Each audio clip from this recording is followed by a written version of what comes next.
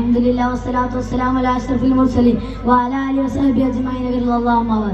പ്രിയപ്പെട്ട ഉസ്താദുകളെ, പ്രിയപ്പെട്ട സുഹൃത്തുക്കളെ, പ്രിയപ്പെട്ട രക്ഷിതാക്കളെ, ഞാനിന്ന് നിങ്ങളോട് മതപഠനത്തിന്റെ അത്യാവശ്യകതയെ കുറിച്ച് അല്പം സംസാരിക്കാനാണ് ഈ വേദി ഉപയോഗപ്പെടുത്തുന്നത്. ഭാഗ്യം തന്ന അല്ലാഹുവിനെ ഞാൻ അത് സ്തുതിക്കുന്നു. അൽഹംദുലില്ലാഹ്. ഒരു കുട്ടിയെ അള്ളാഹുവിനെ കുറിച്ച് ബോധമുണ്ടാക്കാനും അവന്റെ പ്രവാചകന്മാരെ കുറിച്ച് മനസ്സിലാക്കാനും മതപഠനം അത്യാവശ്യമാണ്. കൂടാതെ മാതാപിതാക്കളോടും ഗുരുനാഥന്മാരോടും അയൽവാസികളോടും ഒക്കെയുള്ള കടമകളും കടപ്പാടുകളും എല്ലാം മനസ്സിലാക്കുന്നതിനും കർമ്മപരം വിശ്വാസപരമായ കാര്യങ്ങളെല്ലാം നാം മനസ്സിലാക്കുന്നതും ഇത്തരം മതപഠന ക്ലാസ്സുകളിൽ നിന്നാണ്. സത്യസന്ധത, വിട്ടുവീഴ്ച, ക്ഷമ, സൽസ്വഭാവം എന്നീ ഗുണങ്ങൾ കുട്ടികളിൽ ചെറുപ്രായത്തിൽ തന്നെ ഉണ്ടാക്കിയെടുക്കാവുന്നതാണ്. ഇന്ന് നമ്മുടെ നാട്ടിൽ പഠനത്തിന് ആവശ്യമായ എല്ലാ സംവിധാനങ്ങളും ഉണ്ട്. പക്ഷെ നാം അതൊന്നും ഉപയോഗപ്പെടുത്തുന്നില്ല.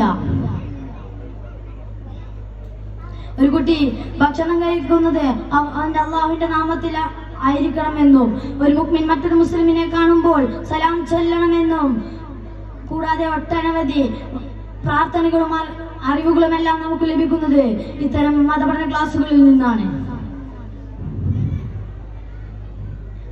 പ്രത്യേകിച്ചും ലഹരിയും മറ്റു തെറ്റുകളുമെല്ലാം അധികരിക്കുന്ന ഈ കാലത്ത് ആളുകളെല്ലാം മതപഠനത്തിൽ നിന്ന് പിറകോട്ട് വരികയാണ്. മദ്രസകളിലും അറബി കോളേജുകളിലെല്ലാം കുട്ടികളുടെ എണ്ണം കുറഞ്ഞു വരികയാണ്. മദ്രസ പ്രസ്ഥാനത്തിന്റെ ആൾക്കാരാണെന്ന് പറയുന്നവർ പോലും ഇന്ന് കുട്ടികൾക്ക് പഠിക്കാൻ അവസരം നൽകുന്നില്ല. രക്ഷിതാക്കൾ ഇന്ന് ആഗ്രഹിക്കുന്നത് എന്റെ മകൻ ഡോക്ടർ ആവണം അല്ലെങ്കിൽ എഞ്ചിനീയർ ആവണം എന്നാണ്. പേരിന് ഒരു ഉസ്താദിനെ വെച്ച് പഠിപ്പിക്കുകയും ചെയ്യും. പേരിന് മദ്രസയിൽ പോകുന്നത് ശരിയല്ല. ഭൗതിക വിദ്യാഭ്യാസത്തിനോടൊപ്പം ആത്മവിദ്യാഭ്യാസവും നമുക്ക് അത്യാവശ്യമാണ്.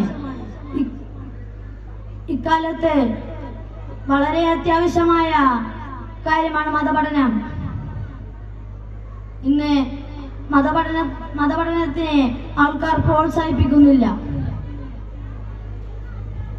പറഞ്ഞുകൊണ്ട് എന്റെ കൊച്ചു പ്രസംഗം അവസാനിപ്പിക്കാമാണ്.